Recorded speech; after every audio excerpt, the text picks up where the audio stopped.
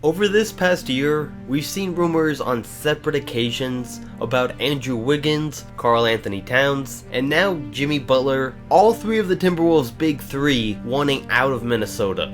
It's not unusual for a star player to want to leave their team, because we see that all the time, and sometimes they just don't fit well on a team. But when rumors come up that all three of your biggest star players want to leave the team, it makes it pretty clear that there's something wrong with the organization. So we're gonna look at exactly what went wrong. Starting back from a couple of years ago, as most of us know, Tom Thibodeau made his name coaching the Chicago Bulls between 2010 and 2015 before he was let go for having tension with the front office. And within that time, in 2014 and 15, the Wolves brought in Zach LaVine, Karl Anthony Towns, and Andrew Wiggins, giving them one of the brightest futures in the league. They started developing as the core of that team and looked like they could be championship contenders down the line. And then in 2016, the Wolves tried to help out that process by hiring Tom Thibodeau as their head coach and president of basketball operations. And this meant that the Chicago Bulls head coach was Fred Hoiberg, a guy that Jimmy Butler didn't get along with, because the two of them constantly had a difference of opinion and could never get on the same page. And Jimmy even said that the Bulls were either going to go with his style of playing pick and roll and getting guys involved, or Fred's style of running fast and shooting a lot of threes. Now keep that in mind because it's gonna come up later. But after that, the Bulls chose Hoiberg over Butler, so in 2017 they traded him to the Timberwolves for Zach LaVine, Chris Dunn, and the pick that would become Lauri Markkanen. And this is where the problem started, because Andrew Wiggins was the first one who was reportedly unhappy with his role in Minnesota. With Karl Anthony Towns outperforming Wiggins on a regular basis, and with Butler as the new leader of the team, Wiggins didn't like being the clear third option on the team. Because his stats took big drops as soon as he was put in that role, he drove to the basket less, took more threes, and became a lot less efficient. And it makes sense that he'd be unhappy in that role, because you think about it, and the man's never been in that position. He's always been the best player on every basketball team he's played on, even at Kansas with Embiid. But I mean, the man can't be unhappy when he doesn't play like a star, so his team brings one in to actually make them better. But anyways, we haven't heard too much from these rumors since March, so it seems like things have cooled down since then. But then you fast forward 2 months later, where the rumors came out that Towns wanted a trade from the Timberwolves right after they lost 4-1 to the Rockets in the playoffs. There were things going around that Towns wasn't happy about some of the people that Thibodeau fired from the team, and that he didn't like how he was coaching. And this is when it was made clear that some of the management was affecting the players. But again, since then, the rumors have cooled down about Towns wanting out. And then you fast forward one more time to today, where Jamal Crawford turned down a decent contract to leave the team, and where Jimmy Butler demanded to be traded, and at the time I'm making this video, he still hasn't been traded. So we have to look at why he wants to leave the team. In the first place we have to look at is the Timberwolves management, starting with their owner Glenn Taylor. Because this is the man that traded Kevin Garnett back in 2007, even though KG never really wanted to be traded in the first place. I mean, he did get a pretty sweet deal in return, getting 7 players for KG, but the actual problem here is in 2015, when Garnett rejoined the Timberwolves roster to mentor the young Big Three. When he retired, he asked if he could stay a part of the team to help coach those young guys, but he was told no, because himself and Glenn Taylor don't see eye to eye on a lot of things. So right here the Wolves lost out on a guy that could have really helped the disconnect they have right now between these players and the team.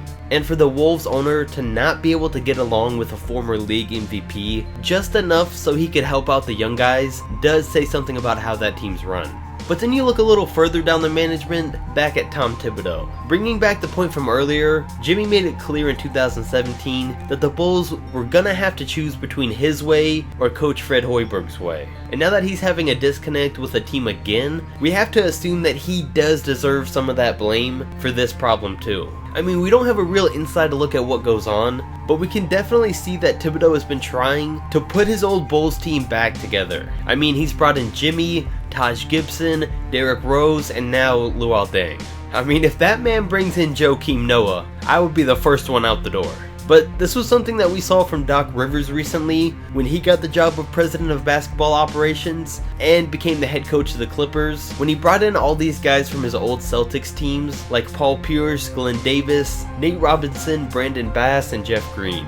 And Thibodeau doing things like this are what could really get under Jimmy Butler's skin. He came to a young team to be a leader with an attitude of being ready to win, not to relive his younger years. And then on top of all of this, there's his relationship with Wiggins and Towns that we know isn't the best. They don't get along personally, and it seems like Butler really doesn't respect them or their work ethic. I mean, if you look at their backgrounds, it would make sense. Jimmy Butler's a guy that wasn't recruited out of high school, so he went to a junior college to earn his spot at Marquette. And then he gets drafted with the last pick in the first round, and wasn't expected to be too much in the NBA until he worked his way up to where he's at now. He's had to work extremely hard all of his life to get to where he's at, while on the other hand, like I said earlier about Wiggins, himself and Towns have always really been the best players on their team, and have been naturally athletic and talented. I mean, sure, they worked hard, but not on the same level as Jimmy Butler, and that's where their problems come in. Because Jimmy expects everyone to work just as hard as him and follow his lead, and if they don't, he loses respect. Something that sounds a lot like how Kobe and Jordan used to be. So it's possible that today, he still works a lot harder than both of them, because that's what he's used to, and the two of them have never really had to work as hard in their lives, because it all came to them so naturally. And besides that, Towns and Wiggins aren't all off the hook for all of this, because it was up to them to step up and be led by an older player for the first time in their careers, and that was something that neither of them were able to do to make it work. So there's a lot of evidence here to put a little bit of blame on everybody, because there's a chance that Jimmy Butler is the problem because he got traded from the Bulls after disagreeing with Hoiberg. The Wolves' problems didn't start until he got to the team. There's a chance he's been too hard on Towns and Wiggins, and he couldn't get along with Tom Thibodeau or the Wolves front office. But then there's a chance that it's Tom Thibodeau's fault for trying to bring back all of his former players, not coaching his team right, and putting players in a position to succeed and get along, and not combining the right players, and not having a balance of locker room leaders and followers. And then finally, you gotta give some blame to Towns and Wiggins, because maybe they really don't work hard enough and they aren't willing to follow the lead of someone else. Because like I've said, they've never really done that in their careers. However you look at it though, everyone deserves some of the blame, and there's no doubt that the Minnesota Timberwolves have hurt their bright future a little bit by trading for Jimmy Butler and losing out on Zach LaVine, Chris Dunn, and Lauri Markkanen, because they probably aren't going to get too much in return for Butler now wherever he decides to go, whether it's the Clippers, the Knicks, or the Nets. Now these are all teams that he said he wants to end up, but none of these teams are in the best position to win or even make the playoffs right now. But Butler's plan is to get on a big market team that has the money to not only offer him a big contract, but to team him up with star players in the future. Now the Wolves don't have to trade him to any of these teams, but the rumor that's out there is Jimmy would prefer to end up on the Clippers, which is the same team that Kawhi Leonard's been rumored to be leaning towards, aside from the Lakers. Now I'm not going to get into too many actual trade scenarios, because every time I put one up, every single one of them gets roasted.